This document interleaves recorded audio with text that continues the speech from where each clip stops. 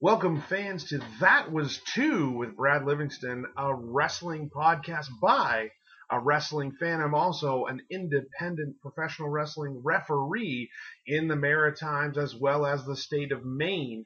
Super excited to be bringing you this. Like I said, I am a wrestling enthusiast. I am super pumped, ready to go. Let's do this. Before we get to our very first interview, I want to give you some news from the maritime wrestling scene as well as the state of Maine.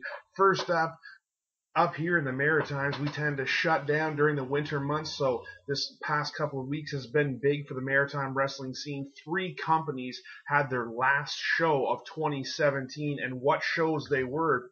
Mainstream Wrestling had their final show of the year out of Renoose, New Brunswick, and it saw the crowning of a brand new heavyweight champion in Dynamite Dylan Davis. Dynamite Dylan Davis had chased Ryan Heath all year, finally was able to pick up the win. He's going to carry the strap into 2018 for Mainstream Wrestling. Then, the following night in Logieville, New Brunswick, NWE Wrestling had a monumental closing for their shows as they crowned a brand new, first time ever NWE Women's Champion. That's right, there was a tournament held, a one-night tournament. The semifinals had Davian going over the maritime sensation, the 17-year-old phenom Madison Miles in the semifinals. The other semifinals saw Delmi Exo take out Miss Gia. So it was Delmi Exo versus Davian in the championship match, and Delmi Exo is your first ever NWE Women's Champion. What a way to head out into 2018. But other huge news happened also at the NWE show in their final showing of 2017. There was supposed to be a big championship match with Wesley Pipes, the champion, taking on number 1 contender Forrest Cullen. Unfortunately, Wesley Pipes had to undergo emergency surgery, so was missing the final match of the year. Buff Malley, the general manager, stripped Pipes of the title and handed it to, at that point, fan favorite Forrest Cullen. Forrest Cullen immediately turns on the fans and bashes everything about them, about Miramichi, about New Brunswick, about all of it, and goes to walk out of the ring. But Buff Malley confronted him and brings out a challenger for Forrest Cullen's new belt, and that was the returning K.I. Real. The last time the fans saw K.I. Real he was being stretchered out of the building after breaking his back at the hands of Wesley Pipes, who took the belt from him. And to the delight of all of the fans in Logieville, K.I. Real took down Forrest Cullen and will go into 2018 as the NWE Heavyweight Champion. And this past weekend, another maritime-based promotion, UCW, had their final show of the year. A couple of big things coming out of that was the announcement of War Games, which is going to happen in April of 2018. So get your tickets now while you can, because it's on the pre-show. So you're going to want to make sure that you get to this and wait until you hear the lineup. Team Chuck Martin, is going to consist of Kickin' and Stompin', the tag team, as well as Sin Bodhi and Congo Kong. That's right, you just heard that right. In Halifax, Nova Scotia, Team Chuck is loaded to the hill with Kickin' and Stompin', Sin Bodhi, Congo Kong, but not to be outdone, Team Dave Boyce.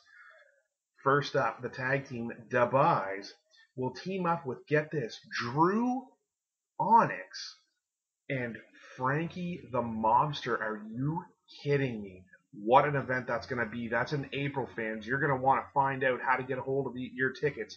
Go on to Facebook, look up UCW, start going at them now, and get your tickets for that. You are not going to want to miss that. Trust me.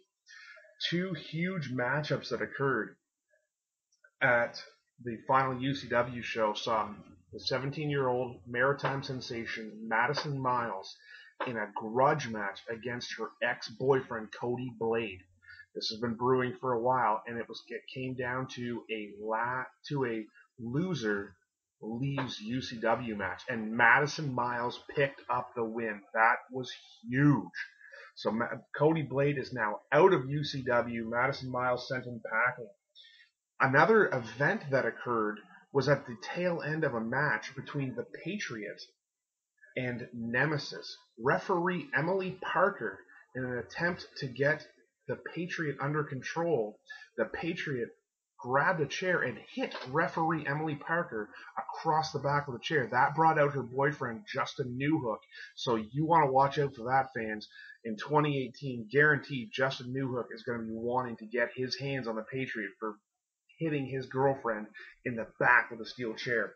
The final match of the evening was for the Maritime Championship, and the always dangerous Covey Christ laid a beating on Chip Chambers in their street fight, and Covey Christ will head into 2018 as the Maritime Champion. So that wrapped up 3 of the promotions here in the Maritimes. A 4th promotion has a huge main event coming up this Friday night, fans. That's this Friday, December 1st, 2017, in Moncton. Titus, the champion, defends his belt against Marcus Burke in a steel cage. And let me tell you, fans, you are going to want to see this because this has been going on all year. And Marcus Burke wants a piece of Titus. Titus has done everything he could to Marcus Burke to antagonize him. And Marcus Burke finally gets an opportunity inside a steel cage. There's nowhere to run. This is going to be huge. Also this weekend, fans, if you're in the state of Maine, you have to come. Fairfield, Maine on Friday, December 1st at the Fairfield Community Center. On Saturday night, Brewer, Maine, Cityside Restaurants. All of your favorites are going to be there. It's going to be an action-packed weekend of just pure enjoyment. So get your tickets, get there, let's do this. Now, on to our very first episode of That Was Two with Brad Livingston, with a New England independent wrestling veteran, Osirus, aka GA West. Sit back and listen in as GA shares his wealth of knowledge from being on the scene for so long, talking about the difference between Osirus and GA West as 2 different personas, talks about taking almost a 4-year break as he went into modeling down in New York as well as some acting. He talks about his take on the indie scene right now and so many other things. You're going to want to stick around and listen to this. Have a great one and enjoy our first ever episode of That Was Two with Brad Livingston. Welcome to the first edition of That Was Two with Brad Livingston. Super excited to have a veteran of the Northeastern U.S. independent scene, Osirus. Welcome to the show, Osirus. How are we doing today? Doing great, Brad. Thank you for having me on the show. It's a pleasure and an honor to be the first guest. Fantastic. I'm super excited. I remember you from when you wrestled in Maine. You had the bleach blonde hair, and you were always getting things done in the ring. So to get things started, let's start with growing up. Were you always a fan of the business? I was.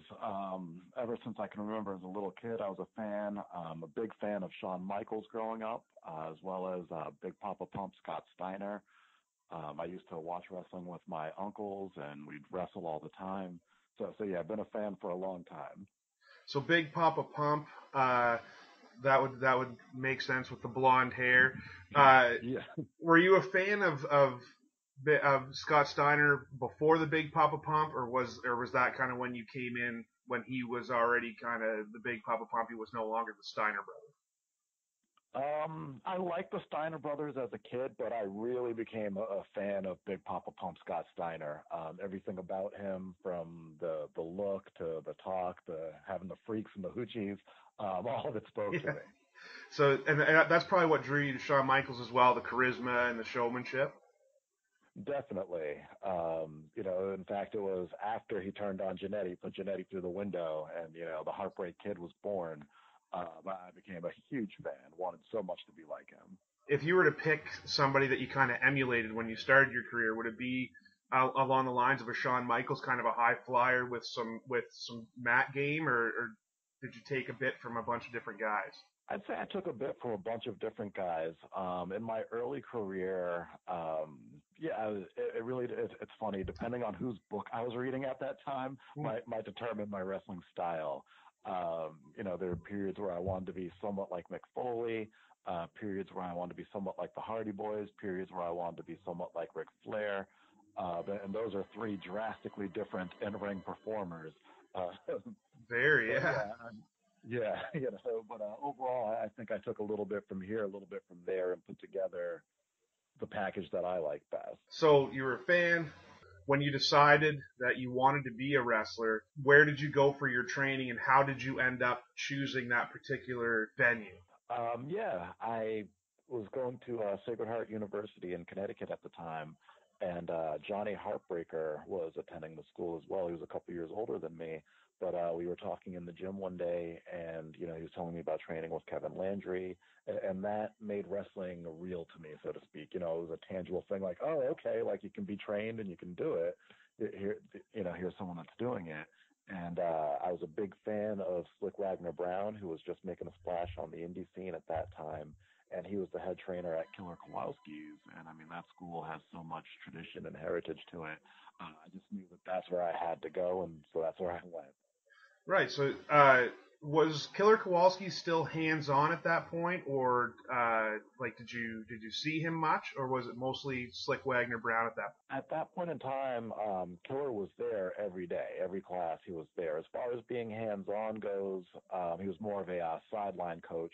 Occasionally, he would still step between the ropes, though. The thing that I will never forget is one of my early days there, and I was in the ring, and all of a sudden he gets up and he's saying something, and he got in the ring, and he told me to lay down flat. So I lay down, and I'm like, okay, he's going to teach me, some cool move.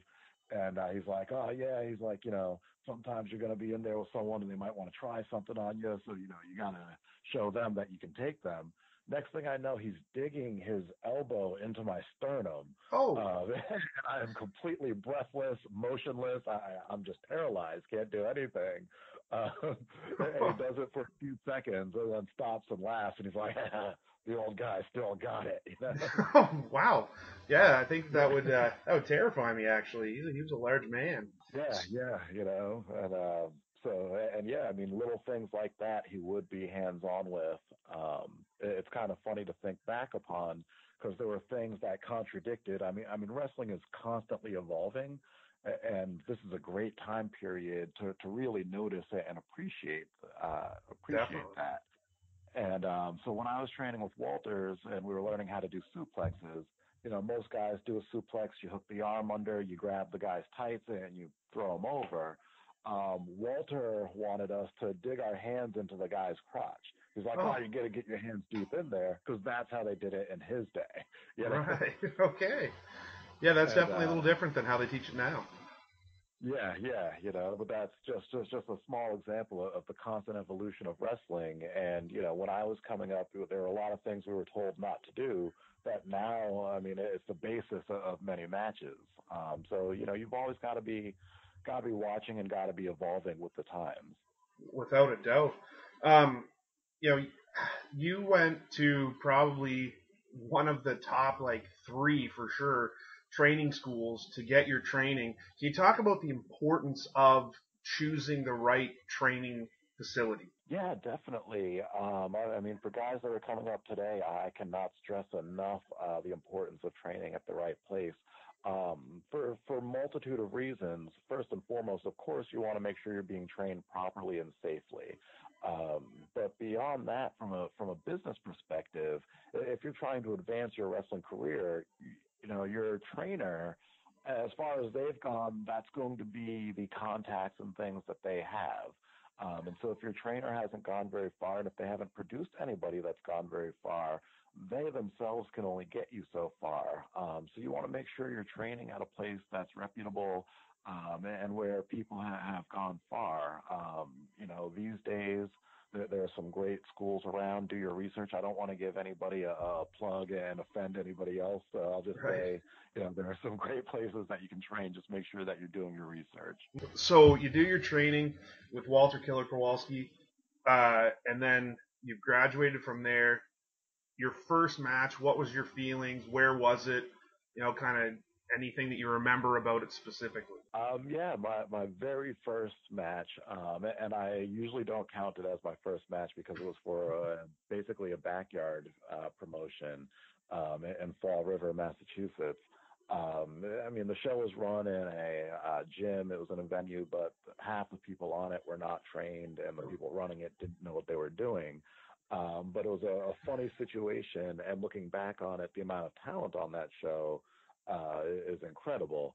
Um, I was training at Kowalski's with Eddie Edwards. He was one of the other students there, Right. and he was booked on this show, and he got a better booking.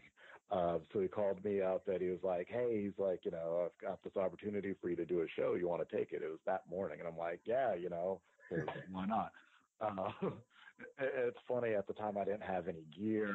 I wore basketball sneakers, a martial arts gi pants, and a wife beater because Okay. that's what I had.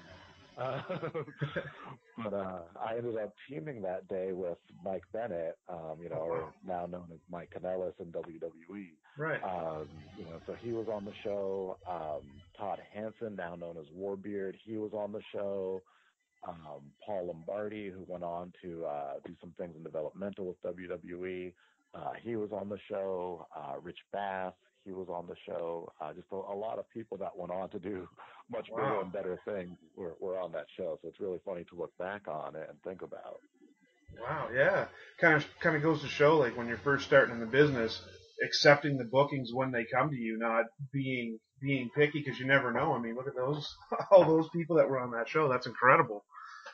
Oh, definitely. Yeah, no, when you're first getting started, take what you can. I would avoid anything that's, questionable because again, you want to make sure you're safe. But if you get an opportunity to get your name out there, network and meet people, those are the two big things you want to do when you're trying to advance your wrestling career. So definitely take what you can get and, make sure to network, meet people and get feedback too Hmm. that you're not going to get from just the place that you're training at. You're now into the business. You go Osiris. Where did that come from? Yeah, I again, that show came up that day. I was very ill prepared for it, so I didn't have a ring name yet. Walter and I had talked about being simply the best at GA West. He loved it. He's like, oh, it just rings right off the tongue. GA West being my actual name, Right. and but at that time, I was maybe 8 months into training or so, and I was not ready to be simply the best. I didn't have that package. So I was trying to come up with a ring name, and I was talking to my buddy Pete from college, who was actually very influential in a lot of parts of my early wrestling career. And he came up with Osiris because I had the nickname Dark Prince when I was in college, and Osiris being the Egyptian god of the underworld, he thought it was a good fit, and we were like, oh, that'll be a great, temporary name for a few months until ready to actually debut the Simply the Best gimmick. But I ended up keeping it for years. Wow.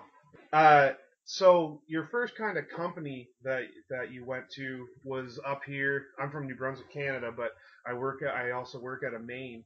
Was up here in Maine with New Wrestling Horizons. At that point, run by Sonny Roselli and Larry Huntley. How did that come about that you ended up doing your training down in the Massachusetts area, and then but kind of starting up here in Maine? After that eventful show in Fall River, I had what I do consider my first official match because it was on a real show against real people, so to speak. Um, it was for Killer Kowalski, and I was in a six-man tag match against. I had two other students from Walters with me, and then we were against Sonny Roselli, Larry Huntley, and Legion Freaking Cage. The match was in Massachusetts. I believe it was in Framingham, if I recall, and working with those guys, was great. They told me about their company that they were running up in Maine, how they had weekly shows at that point in time, Tuesday nights in Buxton. And I was dating a girl that was going to school in Maine. She was going to Hudson in Bangor. Okay. And I was like, oh, well, this will be great. I can wrestle. I can, see my girlfriend and, a lot of benefits to working with these guys. And I could learn a lot too. And I ended up breaking up with the girlfriend before I even wrestled my first match with them. But I still went out there and wrestled and ended up, I mean, that's really, I have to give them a lot of credit for giving me my start. wrestling weekly in Buxton and then doing their weekend shows in northern Maine and everything. That's where I got my first bit of experience on the road, and that's what got me into Canada. And I got to work great names like Honky Tonk Man, Gangrel. A lot of great experiences and fond memories in Maine for sure.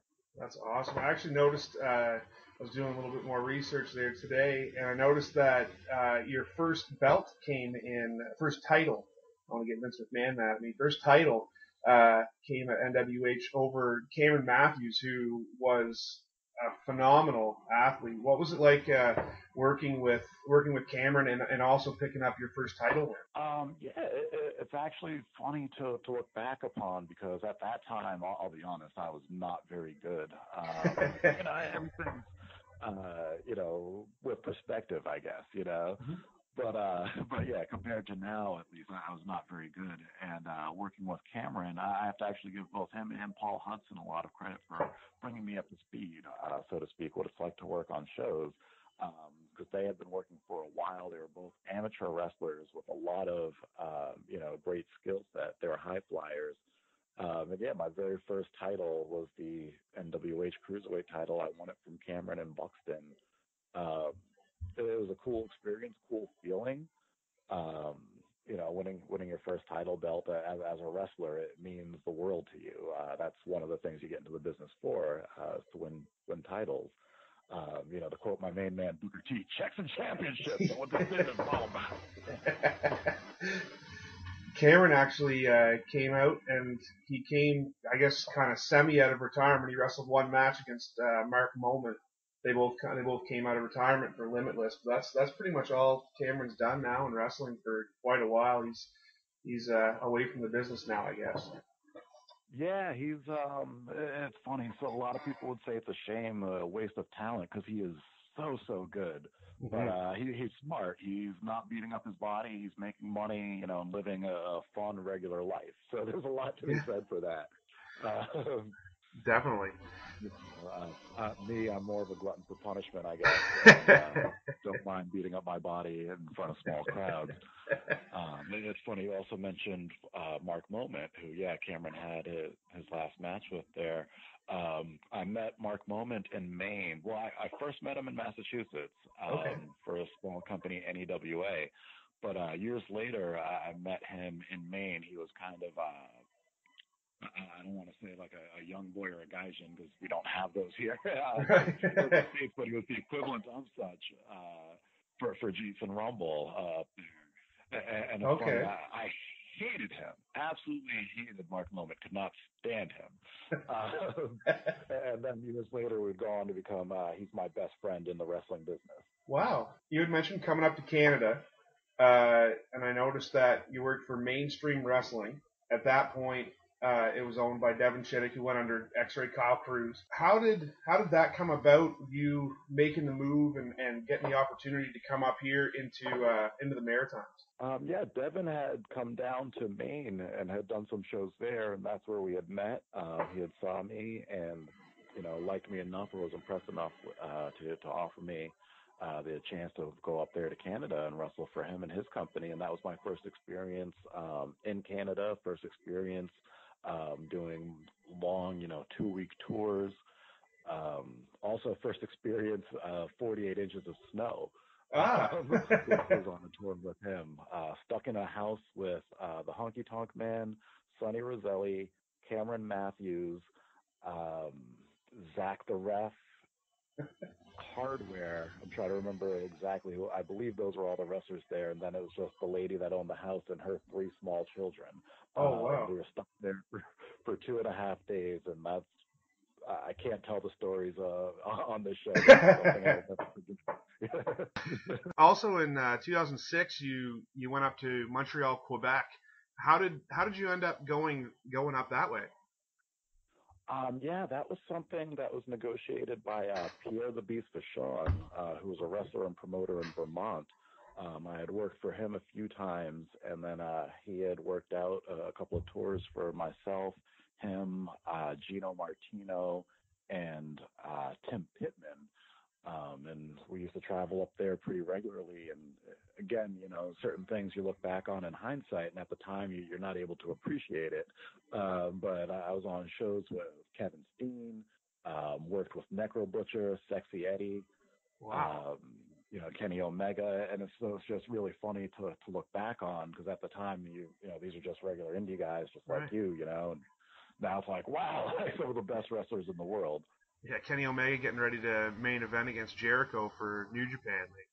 Like, that's Yeah, unreal. yeah. Wow. So 2007 saw you leave the business. You were gone for like 4 years. Can you tell us what was Yeah. going on in your life during those 4 years? Yeah, I became a model, model, and then got into acting. But yeah, in 2007, I got an opportunity to do some modeling. It proved to be far more lucrative than wrestling was, and so I decided to roll with that. And got a modeling contract in Boston that ended up bringing me out to New York, where I modeled for a couple of years there before getting into acting work. And then while acting, I was in a small movie, The Return of Captain Yorick. And in that, I got some jujitsu training for some fight Oh, scenes. cool. And that's where the wrestling bug hit. And it was like, Uh, oh, wait, I missed this. And so I had to get back into it. so how did the modeling come up? Were you approached by an agent, or was it something that you were seeking out, or how'd that come about? Yeah, I had done one of those, and I don't want to call it a scam because that's unfair. But I had done one of those things where you pay like $300 and like a modeling scout checks you out, so to speak. Okay. You get some pictures from it, blah blah blah. And the way they sell it, they're like, oh, like you could be the next star. And I Right. mean, only one out of a million will actually be the next star. Right. But through that, they gave me some advice because at the time I was 220 and blonde, and they were like, if you lost some weight, went back to your natural hair color, you could probably do something. Oh, So I did that. I went back to my natural hair color. I was still wrestling at the time, and I lost some weight. I entered a Boston model search competition and came in third place. And through that, I signed my modeling deal with Boston Models. oh wow. So that's cool. So you got the advice. Hey, do this, and it worked out. That's awesome. So Awesome. yeah, yep. Went down from 220 to about 185 when I signed my modeling deal. A year later, I was hovering around 170 when I moved to New York, and then the reason why I got out of modeling was I got into fashion and runway, and they want you to Right. literally look like a clothes hanger. Oh, I got down to 155 for that, and I was just wow. so miserable. They do at least for that purpose, and that's Right. what I was best at. So, Wow. So you decide to come back to wrestling. You get the wrestling bug back, and you came back under your shoot name, your real name, G.A. West. What was the reason for that, and kind of how did that come about? yeah, I at the time was personal training, um, and I had a company, Simply the Best Personal Training, and so I figured, well, let's create some synergy and just keep the name and go forward with that. Walter had passed away. At that point in time as well. And so it was also kind of a tribute and say, hey, this was the thing he always talked about. So now finally doing it. The gimmick of G.A. West. What do fans see with that? Like, what are we talking about as in terms of the gimmick itself? Yeah, it's funny. I've never really been big on gimmicks in the sense of being like, oh, I'm going to be this thing. I'm, always just myself, whether it's GA West or Osiris. I'm always just myself with things turned up a bit. However, I will say there are some differences. So with GA West, when I first came back, Simply the Best GA West, um, again, I was a personal trainer at the time. I was just coming off of doing some acting and modeling. So my gimmick, if you would, was I was the fit guy. For I was living in New York, and so I was the fit guy. Coming from New York, ready to party, ready to wrestle. Um, Nice. and then I transitioned that into Simply God's Best GA West, and that was at a time when I was very heavy into going to church. I was very heavily involved with the church and reading scripture daily, and so again, just that extension of myself Simply God's Best, G.A. West, definite heel character, Mm-hmm. and almost along the lines of the Westboro Baptist ministry, and just, hellfire and damnation upon everybody else, not seeing my own faults, of course. Right. Um, you know, so those were the gimmicks that I ran through with GA West, and that transitioned me into the tag team, the Fellowship, because that's where I met the Soldier of God, SOG, Ronnie Ribbs, um, and we just realized we're like, oh, we've got this thing that would just work. And then the more we got to know each other, we realized that we clicked just really well as people and as good friends. Um, and so we had a great tag team chemistry. Yeah, that's one of the things that I've noticed since being a part of the business is the really good tag teams tend to be really good friends on the outside. Not always the case, but a lot of the really good ones seem to be that way because I guess you'd be traveling with each other and all that stuff. Definitely, and that's I'm glad you said that actually, because that's one of the reasons why at this point in time I'm no longer with the Fellowship. We exhausted things as well as we could with our quote unquote long distance relationship. When I met Ronnie, I was living in Connecticut. He was living in Syracuse, so we were about 4 hours apart. But we gelled so well as people that when we did get together, I shouldn't say we never, but very seldom did we actually travel together to shows. Okay. Other than long tours like in Indiana and Vermont, everything else we just met at the show. But we gelled that well as people that our team did really well. When I moved to New York earlier this year, just created more distance, and we plateaued. We got as far as we could without training together, without traveling together. And he found a couple other people up his way that he trains with and travels with. So they're keeping the Fellowship going, the three of them from Syracuse, and everything's rocking and rolling for them. Right. So you've made the move in to New York, and I noticed that kind of your first and I guess one of your major moves into New York was with FSW. Could you tell us a little bit about your time with FSW? Yeah, that was back in 2012. I started training with the Maximos, Okay. or better known as the SATs, and I was actually living at their school for a while, training there, sleeping there, the whole deal, sleeping in the ring. It was a great period of my life, a lot of fun. It's I've got a funny story, from sleeping in the ring. The school was infested with rats. Oh. And every night, I just put my headphones on and, just try to block them out. They'd be running underneath the ring. You could hear them. As the school progressed and things got better, we built the WCW style ramp that went Okay. to the ring. And one night I'm sleeping there and I wake up and I'm eye to eye with a rat, and I freaked out. And that was my last night staying at the school. Yeah, that would probably chase me out pretty quick. Definitely. But had a lot of fun there. Met a lot of great people, a lot of great talent that came from there. So that was a great place, and they're still operating. They're at a new location. I won't say they're in Brooklyn now, Okay. but anybody in that area, definitely a place I would recommend to go train with. Learn a lot of great things from these guys. I noticed that back in July you worked a one-night tournament for one of your home feds, NCW, and you went through all three matches, won all three, and in the finals you worked against somebody who's making a name on the indie scene. Might butcher his name, but Mike Graysa. Can you talk about the challenges of working three matches in one night, and also what it was like working with Graysa in the finals?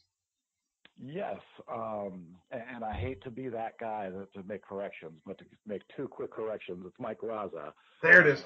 And it was actually a two-night tournament. First match Okay. Friday, last two matches on that Saturday. Okay. But Graza is an amazing talent, and yeah, he's starting to make a really big name for himself on the indie scene. The tournament itself was great. Even wrestling two matches in one night can be quite stressing and taxing to the body. It's a funny thing. Everyone thinks, oh, two matches, and you got to be in shape for it, and that's true. But as a professional, you should be in shape to be able to wrestle as many matches for as many minutes as you need to on any given night. But what takes the toll is all the bumps. I mean, Right. now you got two matches. I worked Mike Montero the first match, and then Wow. Braza the second match. Um, and both those guys have very hard hitting styles, and so you do a lot of damage to yourself. Can't believe I butchered his name. I was trying to make sure that I didn't either. uh, so you, when after coming back, you worked the fellowship tag team. You also worked a lot of singles. So do you have a preference between a singles or a tag team, and can you tell us why? Yeah, I definitely have a preference. The preference would be singles, and that's because I consider myself an artist. Wrestling is my art, and it's a lot easier for me to present what my idea of art is, working with just one other person and us meeting in the middle, as opposed to as a tag. Now you and your partner have to try to agree on how that art should be presented, and maybe one person wants to do abstract while the other person wants to do portraits. And now you got to figure out how to come in the middle and then meet in the middle with two other people that are on another team. And, so it's just too many cooks in the kitchen for my taste. Excellent. And kind of going with that preference between working as a face and working as a heel. Hmm. That's a good question. There are different things I like about both. Um, from an art standpoint, as the heel, you control a lot of how that art and story is told. Um, but at the same time, as a baby, I love telling the underdog story. And as a guy that's not that big, usually I'm in the ring with people that are bigger than me, and I have a lot of fun in telling the fun, baby face that won't die underdog story. From a financial perspective, way better being a baby face because if you can pull it off, you're selling merch and also you're getting better crowd reaction. Promoters notice that and they go, oh, well, we got to bring this guy back and pay him the money that he wants. Right, right. Um, One of the things I always like to ask. Usually, it's the guys that I'm working with as a referee. But what makes a good wrestling referee, in your opinion, as a performer? A lot of intangibles there. For me, what I like from a ref, and when I think of some of the refs that I've worked with, I've been fortunate to work with some great ones. Zach the ref, Zach Carter, um, Rich Bass, Red Roche, Rob Tuttle, Sean Quinn. Those five names come to mind immediately, and I apologize to anybody I've snubbed. Brad, I look forward to working with you. Yes. But when I think of the things that I look for in a good ref, first and foremost is a ref that's believable, realistic. When they're doing their counts, I hate when a ref stops counting at two before the guy's kicked out. You know, um, follow through with all of them. It's up to the wrestler to kick out. I like refs that can communicate in the ring. I hate to give away secrets to the fans, so I don't want to say too much, but I think you know what I mean by Yeah, that. definitely. Um, you know, the um, refs that refs that understand wrestling.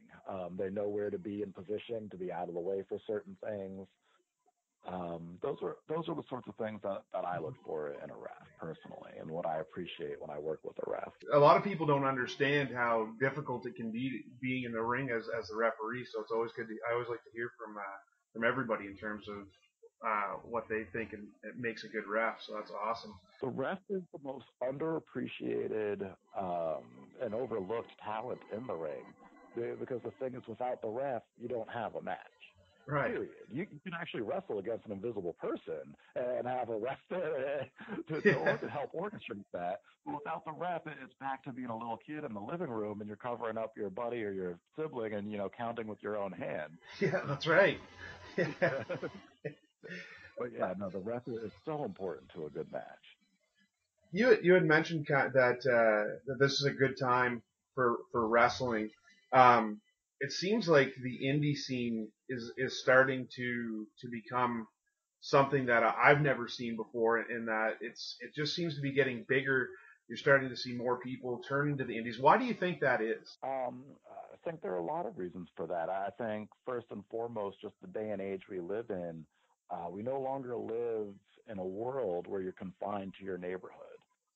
Any information that you want, you can get at the tip of your fingertips through Google. Mm-hmm. It's amazing, and we're so fortunate here in these countries. You know, the U.S., Canada.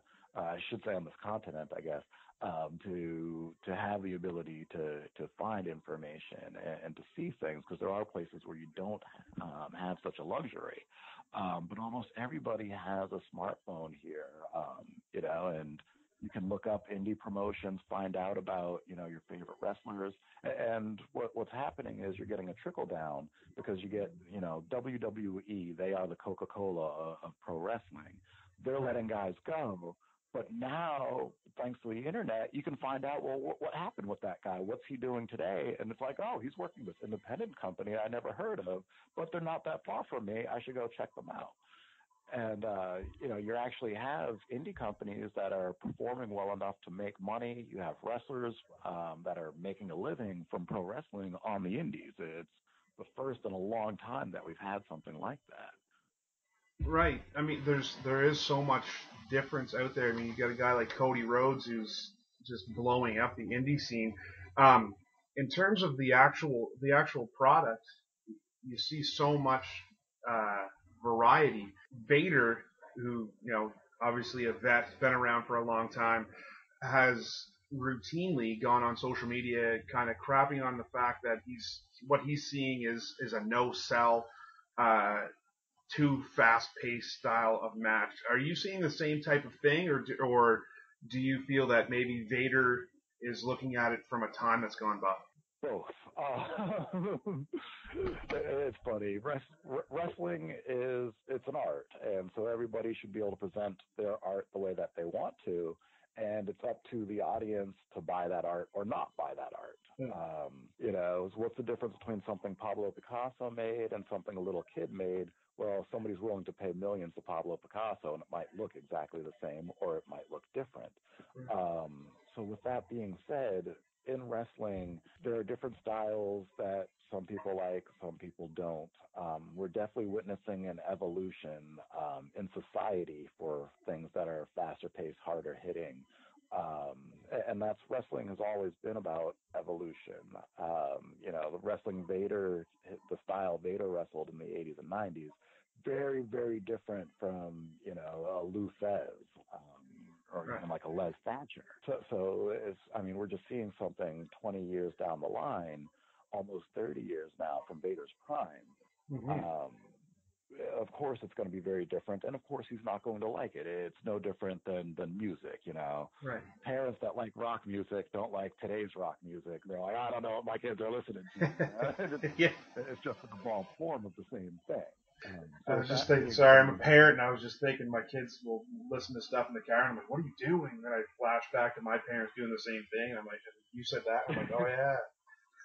Yeah, exactly. And that's all it is. It's just, you know, the evolution of life. It's the world. It's, you know, how things go. But yeah, so as far as the fast-paced style of today that we see a lot of, do I like it or not? It's not necessarily my type of ice cream. There are aspects of it that I like, but I love storytelling. To me, that's what the art is about. And a lot of the no-sell, fast-paced stuff that you see, you lose the story, you know. Right. One of the biggest controversies most recently in wrestling has been Lio Rush. Right. Because of his Emma tweet, but before that, it was, you know, taking the power bomb off the ladder, through the table, and he jumped right up. Right. That's how he wants to present his art. And you know what? He got signed to a WWE developmental deal. So True. people are buying his art. Good for him. Yeah. But it's not the art that I like, and it's not the art that a lot of other people, or I guess a lot of people at least seem to have a problem with it just based on what's been said. Right. But, you know, it is what it is. Do you currently watch the product? And when I say the product, like a broad spectrum, like is there any particular company that you pay attention to, or are you still a general fan of, and you try to watch as much as you can, or what? First, in regards to being a fan, for a long time I wasn't a fan of wrestling. Because watching it, I break down and study it. Can't help it, and so it was very hard to be a fan of it. I met my girlfriend, my current girlfriend, at WrestleMania in Dallas Oh, wow. last year. Yeah. And she's a huge wrestling fan, only familiar with WWE at the time of meeting her. But watching it with her allowed me to be a fan again because I just started watching and enjoying her, like mark out when John Cena's music hit and things like Yeah. that. And so I became a fan again, and then I got to expose her to the types of wrestling that I like to study, which is like New Japan, Ring of Honor, things like that. And it opened up her eyes to a whole new world. And I mean, now we'll be at the gym together, and she's wearing her Young Bucks T-shirt or Bullet Club, Kenny Omega like sweatpants or what have you. And Sweet. that's a really cool thing. Yeah. Um, and as regards to what I like or what do I watch literally everything. Literally everything. I might not even understand the language. I might not enjoy it, but I watch it so I can get an idea of what's going on in the world of wrestling. So it'll be a small indie company I find on YouTube, or it could be NXT, WWE. I'm a huge fan of New Japan and Ring of Honor, so I watch those things regularly and I study those things regularly because that's the style that I like and want to emulate. That's awesome. So, in terms of indie wrestling, what to you makes for a good indie company to work for? To work for quite a few different factors that go into that. Number one, how do they treat you? Some places, and one of the reasons why NCW, I consider it my home, is because they've always treated me really well from day one when I first started with them in 2005. And when I came back to wrestling in late 2010, they were the first place that I called, and they welcomed me with open arms right away, and they were open to some of my crazier ideas for how I want to present my art at that time. JC Marks, in my opinion, is the greatest promoter ever, period, just because of how well he treats me. But, beyond that, aside from being treated well, you want to work for a place that's reputable. At least I want to work for a place that's reputable. They're getting good crowds. The other wrestlers that work there are safe. Of course, you want to work somewhere that they pay you well. Those are the sorts of things that I look for in working for a promotion. If somebody came up to you right now and said, "All right, GA, listen, I want to watch one of your matches," do you have a favorite match that you would say, this one? Truthfully, I hate all of my matches. So that's going to be really tough. I mean, there are things. My brother, he found a match of me against Virgil Devitt, now known as Finn Balor. Oh, wow. Online, and he was like, "Oh my God, why didn't you tell me about that?" Blah blah blah blah blah blah. And I'm like, "Because it's not a good match. Like, it's really not. It doesn't show off my current talents nor his." Yeah, yeah. I don't know if I could say. I mean, my favorite match off the top of my head was a few years back for NCW against the Riot, Kellen Thomas. Okay. He was the heavyweight champ. We main evented their first show of the year. That match was really good, really fun. I watch all of my matches back multiple times, and that's the only one off the top of my head that I can think of where I didn't find too many faults or flaws. But yeah, otherwise it's really tough. I would say, whatever you find online, the more recent it is, probably the better it's going to be. But beyond that, yeah, I don't really have a particular favorite or standout. I actually found a tag team match with you in the fellowship against two friends of mine who I work with out of Maine. I don't know if they were going as the Harris Country Club at that point, but it's Brett Goslin. He works under Todd Harris, and then Big Malik Logan. I actually found that. Okay. I think it was NCW, but I might be wrong. I'm not sure what the company was. I just happened to see that. Showcase Pro Wrestling. Okay. Yeah, I saw that, and I was like, hey. Doesn't exist in NCW, so I'm like, well, I know it wasn't there, but no, I'm pretty sure that Showcase Pro Wrestling might have been XWA. but I'm pretty sure it was Showcase Pro Wrestling. Okay, awesome. Yeah, Todd's a heat magnet. That kid. He walks out and the fans just want to beat him up. So it's nice. He's so good at that role, and he's So so young. So yeah, young and so new to the business. I really look forward to watching his journey.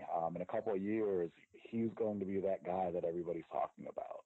and he's playing it smart too because he this past weekend, I'm not sure what company he was with, but he suffered a concussion, broke his nose, and he's actually listened to the doctor and taking the time off, and he needs to take off. And he doesn't want to, obviously, as an indie wrestler, but he's actually is taking the time to get his head right. So that's good.